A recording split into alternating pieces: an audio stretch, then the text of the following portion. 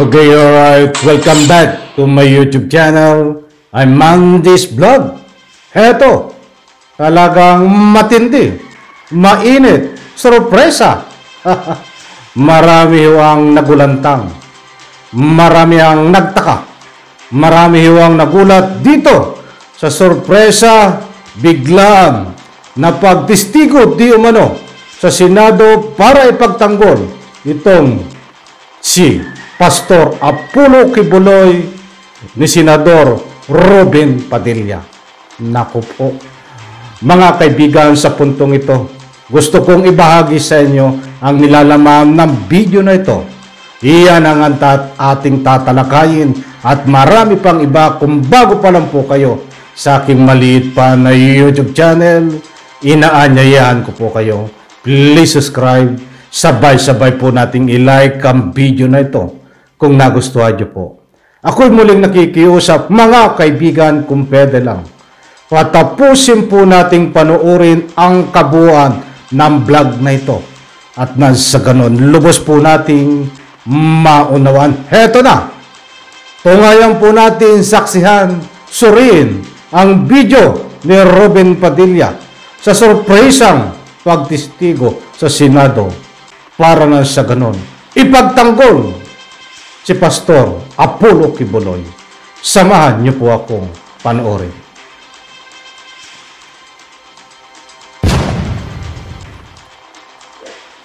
Matagal ko na pong kilala si Pastor Kibuloy.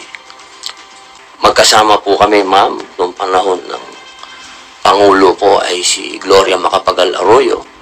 Kami pong dalawa ay magkasama sa peace, sa lahat po ng hakbang ni Presidente Gloria Macapagal Arroyo na magkaroon ng kapayapaan sa buong Pilipinas.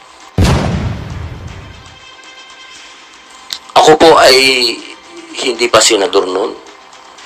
Ako po ay isang artista na kilala sa usapin ng pamimigay ng pera. Pero kahit isang beses, hindi po ako hiningan ng pera ni Pastor Kibuloy. Ang gusto ko lamang pong sabihin, kung tayo po ay mag-aakusa at titindig,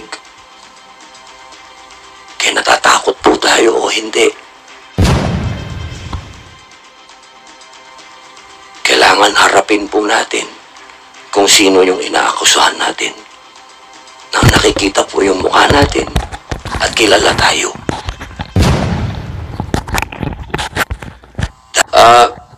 Aming ginagalang na ginang tagapangulo, sa akin pong pagdalo sa pagdinig ngayon, ako po ay naliligayahan sapagkat narinig ko po ang panig ng ating mga resource persons, katulad po sa mga taga-gobyerno. Naging malinaw po sa akin na ito pong pagdinig na ito ay hindi pa po nakakarating sa legal na usapin, sa napakalinaw pong pagpapaliwanag na ang lahat ng po ito ay dadaan sa investigasyon. At yun po ay napakagandang senyales para sa ating mga kababayan, sapagkat malinaw po na ang lahat ng karapatan ng bawat Pilipino ay atin pong ginagalang. At napakalinaw din po ng mga sagot ng ating mga nasa gobyerno na wala po tayong pinapanigan sa oras na ito. Ang lahat ay may boses, pinakikinggan po natin ang mga nag-aakusa at ganun din po ang pagdepensa naman sa ng ating inaakusuhan. Napakaganda po ng ganitong pagdinig sapagkat ang Senado, ito pong aming institusyon, ito po ay institusyon na gumagawa ng batas na magbibigay ng proteksyon sa bawat Pilipino, ano man ang katayuan mo. At kayo naman po diyan sa executive, kayo po ang mag-i-implement niyan kung ano yung mga nagagawa naming batas. Ngayon po, gusto ko lamang pong magbigay ng statement, mahal na ginang tagapangulo, bilang isang ito po ay hinihiling ko na mailagay sa record ng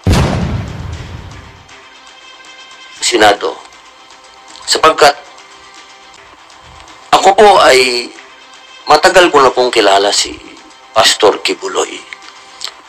Magkasama po kami, ma'am, noong panahon ng Pangulo po ay si Gloria Macapagal Arroyo. Kami pong dalawa ay magkasama sa peace, sa lahat po ng hakbang ni Presidente Gloria Macapagal Arroyo na magkaroon ng kapayapaan sa buong Pilipinas. Ako po ay hindi pa senador noon. Ako po ay isang artista na kilala sa usapin ng pamimigay ng pera. Pero kahit isang beses, hindi po ako hiningan ng pera ni Pastor Kibuloy. Ika nga po sa English, not even once. At nung ako po ay tumakbo na bilang senador at humingi ng tulong kay Pastor, kahit 5, hindi po ako hiningan ng pera ni Pastor. Ang gusto ko lamang pong sabihin sa ating pagdinig, kung ang ating pong mga matatapang na mga witness ay nakakapagsalita patungkol kay Pastor Kibuloy, ako din po ay malayang magsasalita na hindi po ako kailanman kahit na sino sa Kingdom of Jesus Christ hiningan ng pera. Not even once. At ako po ay magtatanong lamang sa ating mga witness. Alam niyo po, ako po ay gumawa ng isang pelikula laban sa New People's Army. Ito po yung Memoirs of a Teenage Rebel. Marami po sa mga kasamahan ko na gumawa ng pelikulang yan. Kaparehas po ninyo. Nagsalamin, nagtago, hindi nagpakilala. Pati yung direktor namin natakot. Pero alam niyo po, nung tinanong nila ako kung ako ba'y magpapakilala, ang sinabi ko po'y opo. Hindi po dahil sa hindi ako natatakot. Kung hindi, inisip ko po yung mga teenage rebels na naglabas ng mga mukha nila at nagsalita sila laban sa organisasyon na pinasok nila at sila'y naabuso. Ang ibig ko pong sabihin, wala po akong pinapanigan dito dahil ang Senado ay kakampi ng bawat Pilipino. Ang gusto ko lamang pong sabihin, kung tayo po ay mag-aakusa at titindig, kaya natatakot po tayo o hindi, kailangan harapin po natin kung sino yung inaakusahan natin. Nang nakikita po yung mukha natin at kilala tayo. Dahil yun po ang matatandaan ng susunod na henerasyon kung paano tayo tumindig. Yun lamang po. Maraming salamat po. Ginang Tagapangulo.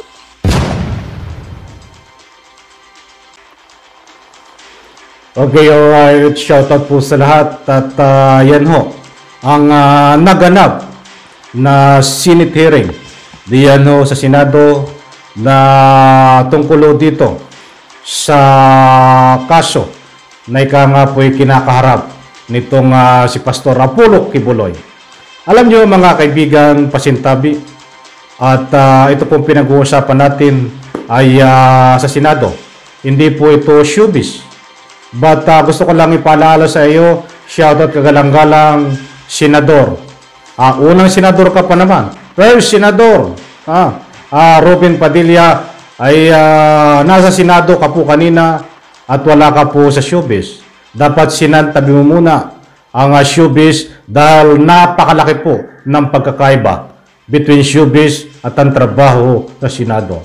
Mga kaibigan, sa puntong ito, disclaimer lang ho, ay nasabi ko nga kanina na sorpresa na tumistigo laban ho sa ating ano to, para ipagtanggol itong si Apollo Kibuloy, mga kaibigan. Ayaw ko naman kayong bigyan ng fake news. Yan po ay nag-act lang as bilang isang testigo. Kaya sorpresa, pansinin nyo po, suriin ang video na ito.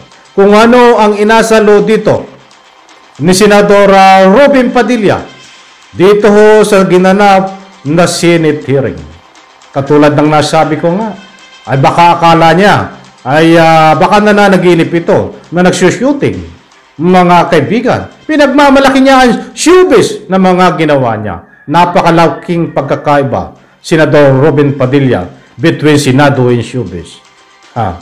Mga kaibigan, kung lalawakan po natin ng pangunawa, alam ko ho, napakalawak ng ating pangunawa at common sense.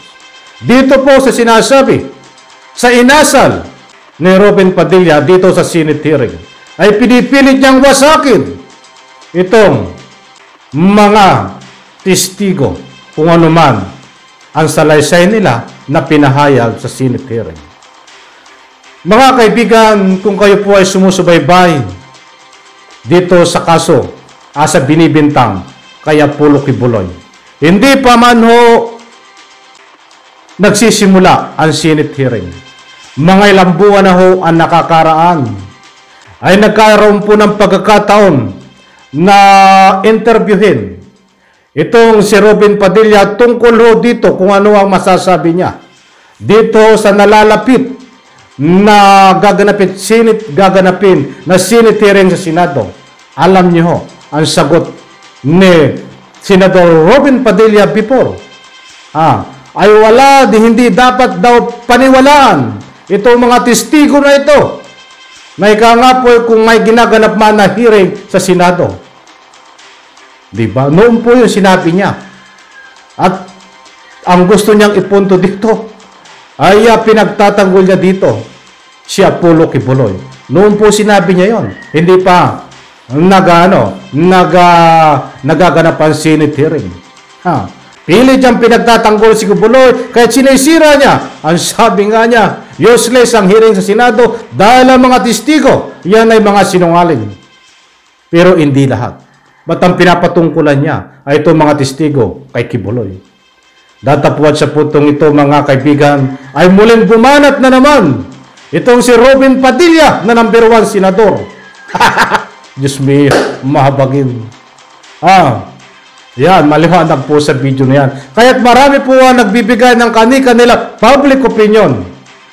Kahit sa public na ika nga po pumasyal tayo sa malaking social media, ay maling-mali ang inasal dito ni Robin Padilla sapagkat gusto niyang durugin dito itong mga testigo na ika nga po humarap sa Senado kanina sa ginanap na hearing laban ho dito kay Pastor Apollo Kibuloy. Mga kaibigan, mapakaliwanag ho.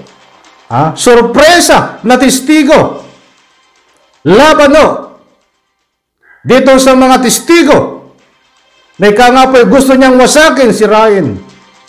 Ganyan ba ang dapat mangyari? Mga kaibigan, marami ko pong napanood na mga Senate hearing. But sila po ay neutral. May mga senador ho na nagbibigyan ng pagkakataon malaya na ika nga'y magpahayag na sila ng kanilang salubin. But sila po ay neutral. Never nila pong gawin na ika nga po tumagilid kung kahit mayroon man silang tinatagiliran. Kahit mayroon man silang pinagtatanggol dito kakampi, ay never silang gumanyan sa harap ng camera. But dito ho, sa inasal ho ni Robin Padilla, ay maliwanag po dito na gusto tayong paikutin, mga kaibigan, na pinapangatawan niya na ng malinis na tao itong si Pastor Apollo Kibuloy. At yun nga, katulad nga ng gusto niyang imungkahi. Bakit nakatakip ang mukha nitong mga testigo?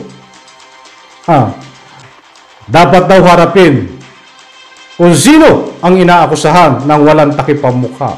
Subukan mo ang dalhin diyan sa Senado. Ito si Apollo Kibuloy.